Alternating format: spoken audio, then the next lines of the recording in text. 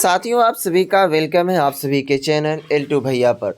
तो जी हाँ साथियों, आइए आज की इस वीडियो टॉपिक में मैं बात करने जा रहा हूँ विश्व जैव ईंधन दिवस, जो कि 10 अगस्त को मनाया जाता है।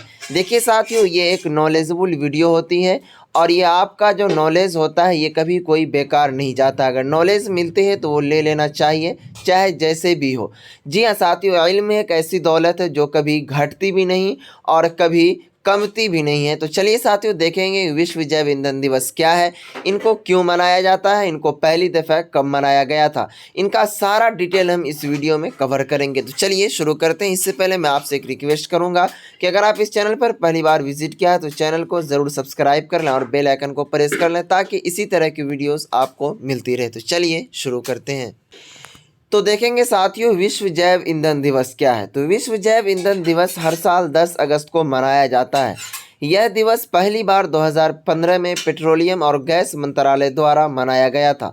इसका उद्देश्य पारंपरिक जीवाश्म ईंधन के विकल्प के रूप में गैर जीवाश्म ईंधन के महत्व के बारे में जागरूकता पैदा करना और जैव ईंधन क्षेत्र में सरकार द्वारा किए गए विभिन्न प्रयासों को उजागर करना है।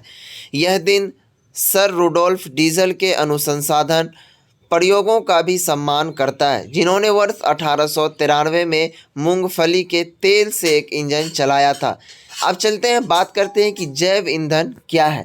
तो यहाँ पर देखेंगे जैव ईंधन क्या है। तो कोई भी हाइड्रोकार्बन ईंधन जो किसी कार्बनिक पदार्थ से प्राप्त होता है उसे जैव ईंधन कहा जाता है और यह ठोस, तरल या गैसीय हो सकता है।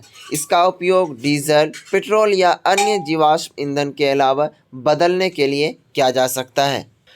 अब आइए हम इसके महत्व के बारे में बात कर लेते हैं। इनका क्या महत्व है। जैव ईंधन कच्चे तेल पर निर्भरता को कम करने और स्वच्छ वातावरण को बढ़ावा देने में मदद करता है। यह ग्रामीण क्षेत्रों के लिए अतिरिक्त आय और रोजगार सृजन में भी मदद करेगा। यह भारत की ग्रामीण ऊर्जा ज़रूरतों को पूरा करने में मदद करेगा। जैव ईंधन के उपयोग से कार्बन उत्सर्जन में कमी आएगी और 21वीं सदी की ऊर्जा आवश्यकताओं को पूरा किया जा सकेगा। जैव ईंधन नीति 2018 में संशोधन। देखिए 2018 में जो संशोधन किया गया है कि सरकार जैव ईंधन के उत्पादन हेतु अधिक फीड स्टॉक की अनुमति देगी। आगे है कि केंद्र 2025-26 तक 2030 के बजाय एथेनॉल युक्त 20% पेट्रोल के एथेनॉल सम्मिश्रण लक्ष्य के साथ आगे बढ़ने की योजना बना रहा है। उसके बाद साथियों 2030 तक डीजल में जैव डीजल के 5% मिश्रण की सीधी बिक्री का सांकेतिक लक्ष्य प्रस्तावित है।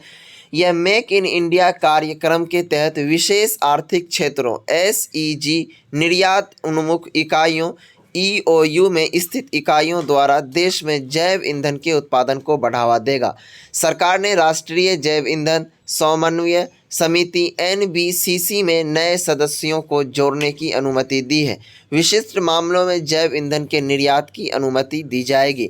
जैव ईंधन को बढ़ावा देने हेतु सरकार की पहल इथेनॉल मिश्रित पेट्रोल EBP कार्यक्रम, प्रधानमंत्री जीवन योजना 2019, गोबर-धन गैल्वेनाइजिंग ऑर्गेनिक बायो एग्रो और रिसोर्सेज धान। उसके बाद है गोबर-धन योजना।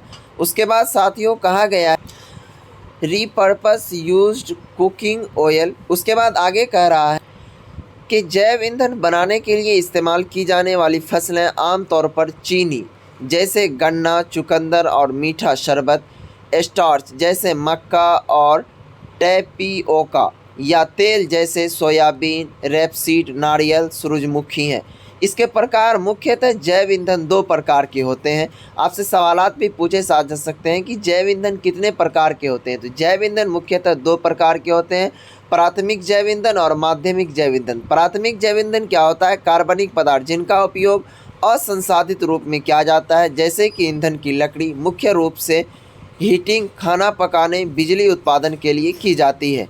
उसके बाद चलते हैं, हम बात करते हैं 2 नंबर की माध्यमिक जैव ईंधन सामग्री जो बायोमास के प्रसंस्करण से उत्पन्न होती है, जैसे कि तरल ईंधन जैसे इथेनॉल और बायोडीजल।